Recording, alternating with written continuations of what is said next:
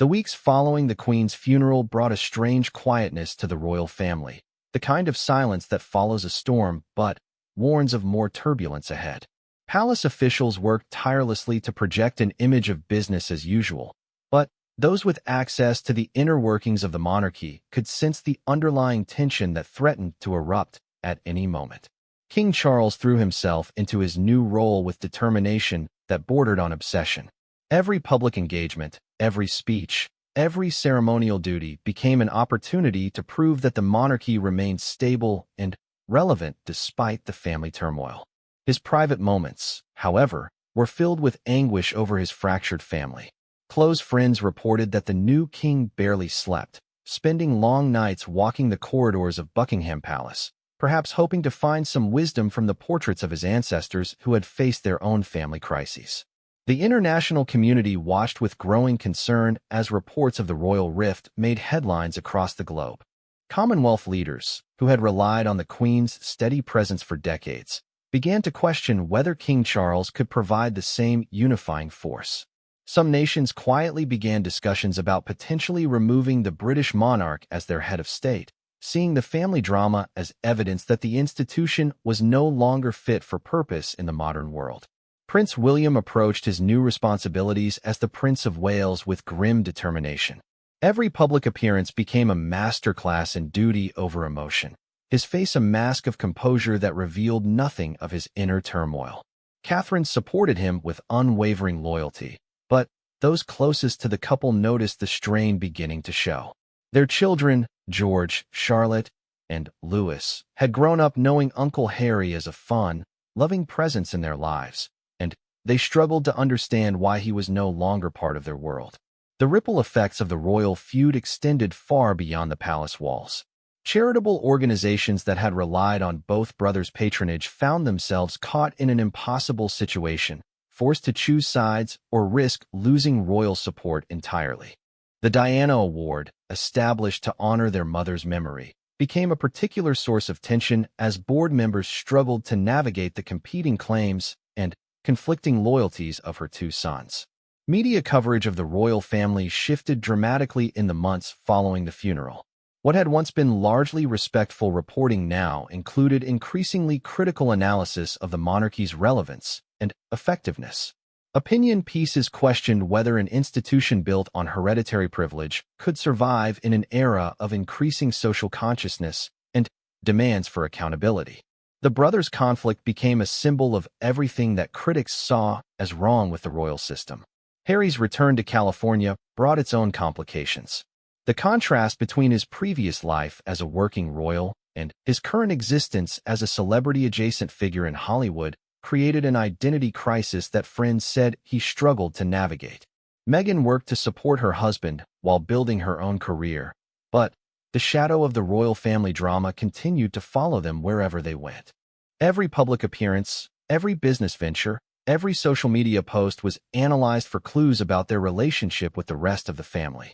The Queen's death had removed the one person who might have been able to broker peace between her grandsons.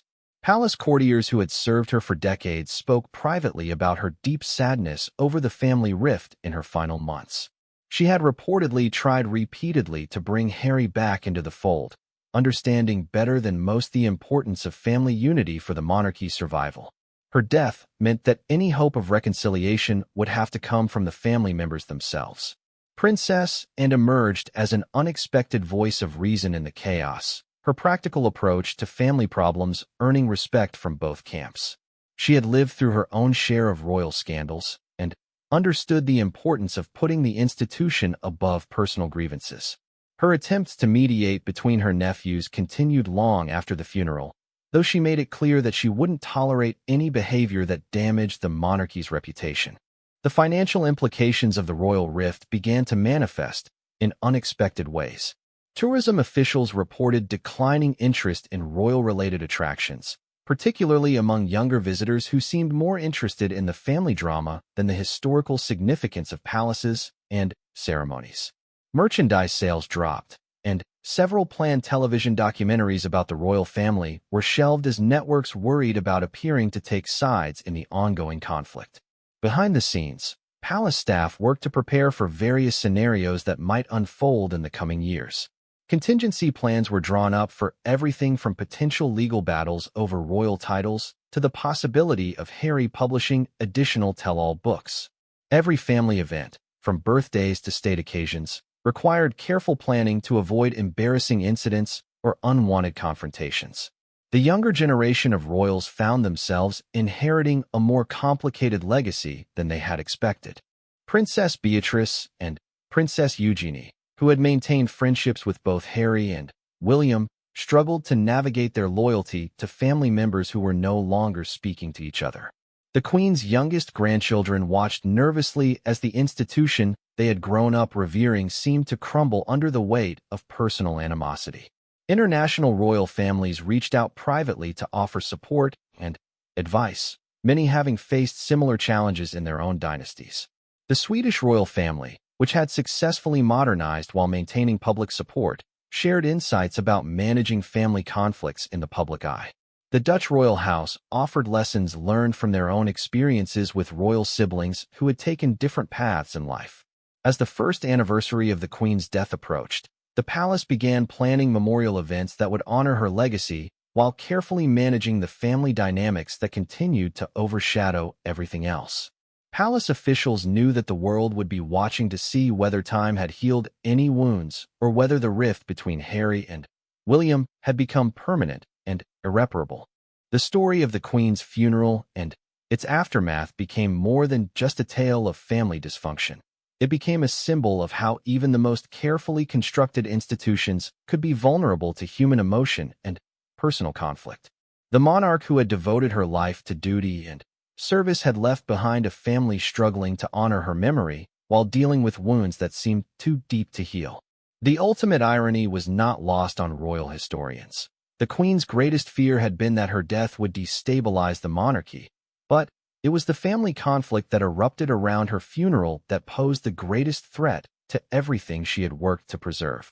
The long shadow of that September day continued to hang over the House of Windsor, a reminder that even royal families are, in the end, just families dealing with the same human frailties and conflicts that affect us all. The reception following the funeral created an atmosphere thick with unspoken tensions and carefully managed appearances.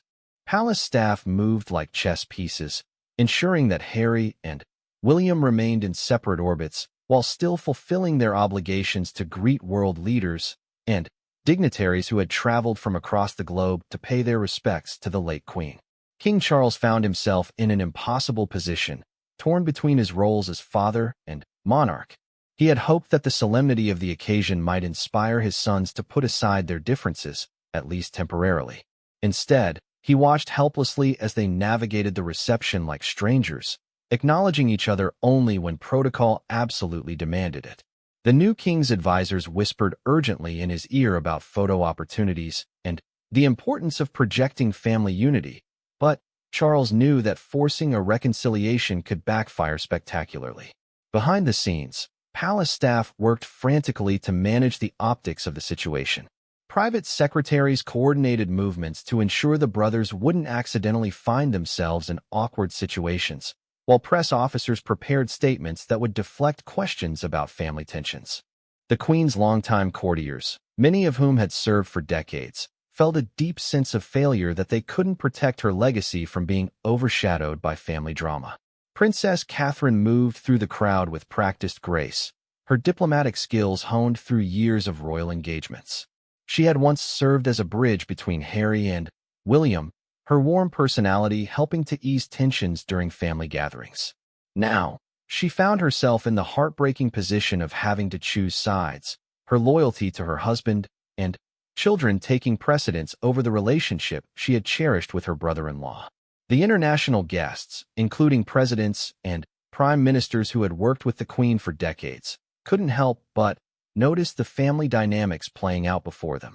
Some had witnessed similar situations in their own families and felt sympathy for the royals' very public struggles.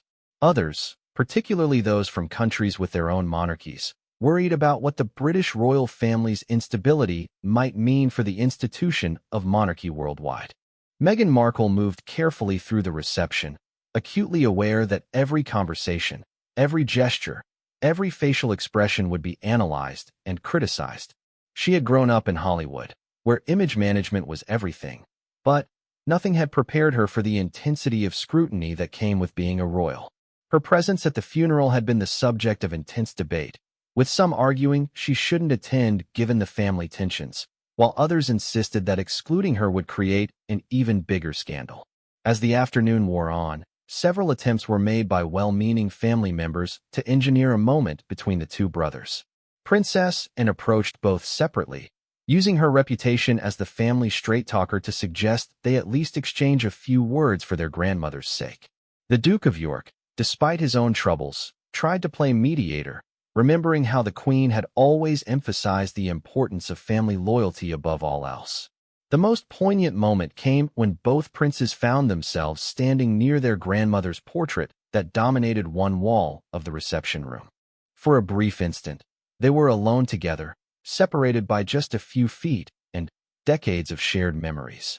Observers held their breath, hoping for some sign of reconciliation, but the moment passed without acknowledgement, each prince moving away as if the other didn't exist. Television crews stationed outside captured every arrival and departure, their telephoto lenses searching for clues about the family's emotional state. Royal correspondents who had covered the family for decades found themselves in the uncomfortable position of reporting on a story they would have preferred not to tell. Many remembered covering Harry and William as children, watching them grow up in the spotlight, and they felt a personal sadness about how their relationship had deteriorated. The evening brought private family gatherings that the public would never see, but palace staff couldn't help but notice the careful choreography required to keep the brothers apart. Separate cars, separate entrances, separate departure times. Every detail had to be managed to avoid the confrontation that everyone feared but nobody could prevent. The Queen's private apartments, where she had once hosted intimate family dinners, now felt like a battlefield where every corner had to be secured. Queen Camilla, still adjusting to her new role, found herself trying to support her husband while navigating the complex family dynamics. She had watched the deterioration of Harry and William's relationship with increasing concern, knowing how much their estrangement pained Charles. As a mother herself, she understood the heartbreak of watching children who had once been inseparable become enemies, and she wished there was something she could do to heal the wounds. The younger generation of royals, Harry and William's cousins, watched the drama unfold with a mixture of sadness and frustration. They remembered family Christmases when the brothers had been inseparable, their laughter filling the halls of Sandringham. Now they found themselves picking sides or trying to remain neutral in a conflict that seemed to have no winners. Some blamed the media pressure, others pointed to the inherent problems with the royal system itself. International media coverage began to shift from honoring the Queen's memory to analyzing the family's future. Commentary pieces appeared questioning whether the monarchy could survive such public discord, while opinion polls showed declining support for the royal family among younger demographics. The very institution that the Queen had spent her life protecting and modernizing seemed to be fracturing under the weight of its own contradictions. Behind closed doors, urgent meetings took place between senior palace officials and government representatives. The royal family's troubles weren't just a personal matter. They had constitutional implications for the United Kingdom and the Commonwealth realms. Plans were quietly discussed for managing potential future scenarios, including the possibility that Harry might make additional public statements or that the rift might become permanent. As the day drew to a close, both princes prepared for their respective departures from London. Harry and Meghan would return to their new life in California, while William would resume his duties as the Prince of Wales. The physical distance between them would soon match the emotional gulf that had opened up over the past few years.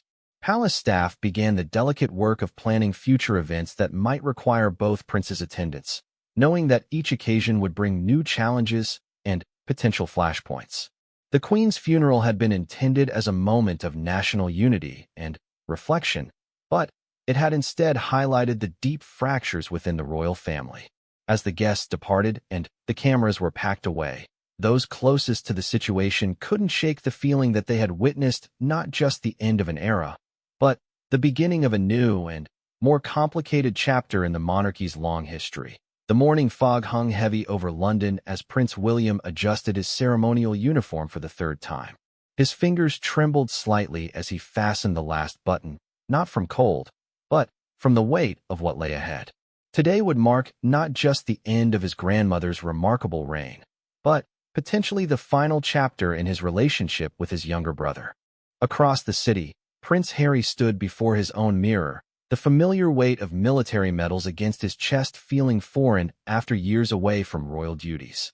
His wife Meghan sat quietly on the edge of their hotel bed, her presence both comforting and complicated. They had flown in from California just days before, their arrival sparking a media frenzy that neither the palace nor the grieving family needed. The relationship between the two princes had been deteriorating for years, but recent events had pushed their bond to the breaking point. Harry's explosive interview with Oprah Winfrey had sent shockwaves through the monarchy, his accusations of racism and neglect creating wounds that seemed impossible to heal. The publication of his memoir had only deepened the divide, revealing private conversations and family secrets that William felt should have remained buried. King Charles, newly crowned and grieving his mother's death, found himself caught between his two sons like a man trying to hold water in his hands. Palace staff whispered about heated phone calls and last-minute seating arrangements, every detail scrutinized for signs of reconciliation or further fracture. The new king had hoped that their shared grief might bridge the gap between his boys, but early signs suggested the opposite might be true. As the funeral procession began to form, the world watched with fascination and concern. The Queen had been the glue that held the family together through decades of scandal and controversy. Without her steady presence, the cracks in the royal foundation seemed more visible than ever. Television commentators spoke in hushed tones about the body language experts who would analyze every gesture, every glance, every moment of interaction between the estranged brothers. The streets of London filled with mourners, many of whom had waited through the night to catch a glimpse of history.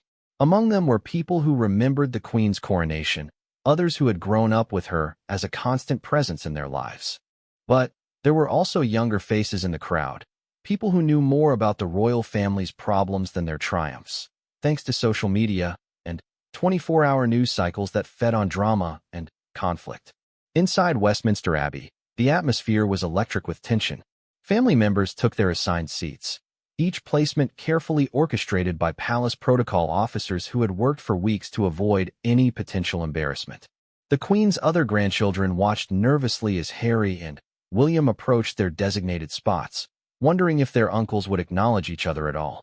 Princess Anne, known for her no-nonsense attitude, had reportedly tried to broker peace between her nephews in the days leading up to the funeral. She understood better than most how family feuds could poison generations if left unchecked. Her own experiences with divorce and scandal had taught her that the monarchy was stronger when united, weaker when divided. But her efforts had largely fallen on deaf ears. The Archbishop of Canterbury prepared to deliver his sermon, knowing that billions of people around the world would hang on every word. He had met privately with both princes, offering spiritual guidance and hoping to find some common ground between them. The weight of the moment was not lost on him. This funeral would be remembered not just for honoring the Queen, but for what it revealed about the future of the British monarchy. As the first hymns began to play, both princes stood with their heads bowed, the physical distance between them seeming to grow with each passing moment. The cameras captured everything: William's rigid posture, Harry's visible emotion, the careful way they avoided looking in each other's direction. Years of shared memories seemed to hang in the air between them. Childhood adventures, their mother's funeral, Harry's wedding day when William had served as best man with genuine joy and pride. The Queen's coffin, draped in the royal standard and topped with the imperial state crown, became a silent witness to the family drama unfolding around it. She had loved both grandsons deeply, worried about Harry's rebellious streak, but understood his desire for independence. She had also relied heavily on William's sense of duty, grooming him for his future role, while perhaps not fully appreciating the burden this placed on a young man who had lost his mother too soon. Catherine, The Princess of Wales sat beside her husband with her own complex feelings about the day. She had once been close to Harry, treating him like the brother she had never had. His departure from royal life had hurt her personally, but his public criticisms of the institution she had worked so hard to serve felt like personal attacks. Today, she would play the role of peacemaker if necessary, but her loyalty lay firmly with her husband and their future as monarchs. The service continued with readings and prayers that had been carefully chosen to reflect the Queen's faith and values. But many in attendance found their attention divided between honoring the departed monarch and watching for signs of what might happen next in the royal family saga. Every gesture was analyzed, every moment of eye contact noted, every slight movement interpreted as either a step toward reconciliation or confirmation of permanent estrangement.